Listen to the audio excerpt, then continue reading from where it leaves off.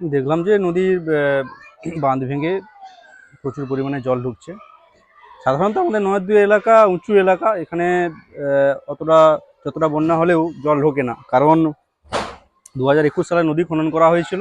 নদীর খননে প্রচুর পরিমাণে কিন্তু মাটি খননের ফলে উঠেছিল। তো সেই মাটি অ্যাকচুয়ালি কিন্তু নিয়ম যে নদী বাঁধগুলোকে যাতে মেরামত করা যায় সেই মাটি দিয়ে, তার জন্যই নদী খনন। সেই মাটিগুলো কিন্তু প্রচুর পরিমাণে অবৈধভাবে পাচার হয়েছে, বিক্রি হয়েছে, কোটি কোটি টাকার এখানে মাটি কারচুপি হয়েছে। এবং আমাদের এই কাঁসাই নদীতে এই আপনারা শীতকাল থেকেই দেখতে পাবেন যে প্রচুর পরিমাণে বালি তোলা হয়। শাসকলের বহু নেতাই জড়িত বালি পাচারের ক্ষেত্রে। তো আমরা বারবার কিন্তু জানিয়েছি, ভিডিওকেও জানিয়েছি, থানাকেও ইনফর্ম করা হয়েছে যে এইগুলো আপনারা একটু বন্ধ করুন।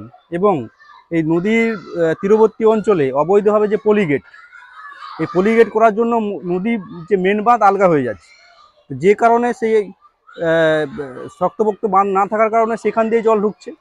এবং যে স্লুইসগুলো আছে নদীর ধার লাগোয়া, যে সমস্ত খাল দিয়ে জল বেরোয় এবং ঢুকে এবং মানুষ চাষবাসের কাজে জলকে কাজে লাগায়, সেই স্লুইস গেটগুলোকে কোনোভাবেই মেরামত করছে না।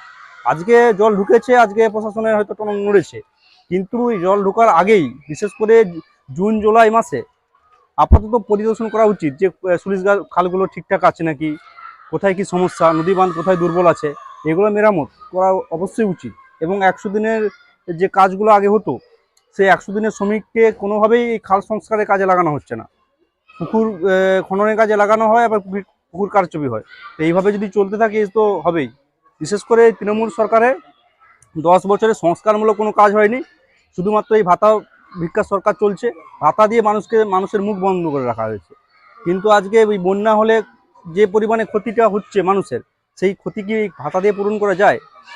তো আমরা এলাকার পাশে আছি এবং মানুষজনকে সাথে নিয়েই সবসময় রয়েছি। যতটা করা যায় আমরা চেষ্টা চালাচ্ছি। আমরা বিরোধী, সেই হিসাবে আমাদের যতটুকু করণীয় আমরা করছি। আমার নাম কমল সাঁতরা, ভারতীয় জনতা পার্টি নৈচট্ট অঞ্চলের বিজেপির কনভেনার। নৈছনপুর 2 গ্রাম পঞ্চায়েত কংসাবতী নদী দ্বারা মাঝামাঝি বিভক্ত, ফলে প্রতি বছরই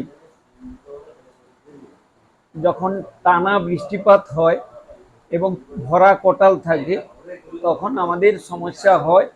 নদী পাড়ে যাদের ঘরবাড়ি আছে, তাদের যে নদী পৃষ্ঠে যে এক্স জমিদারি বাঁধটি আছে, সেটা উপচে জলটা ঢুকে যায়। প্রতিনিয়তই এটা হয়।